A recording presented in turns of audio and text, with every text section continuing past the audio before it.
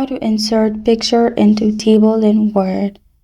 Hi everyone, it's Sophia to assist you today. Without any delay, let's jump right in. First, open Word and go to Insert, beside Home and Draw. In Insert, you will find Pictures. Click on Pictures. Select the one you prefer. You can simply select it from this device. Select your picture, then click on Insert. As you can see, picture is inside the table.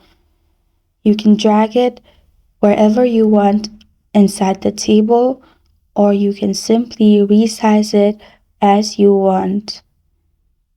You can do anything with the picture, or you can add more picture if you want. And that's how to insert picture in table in Word.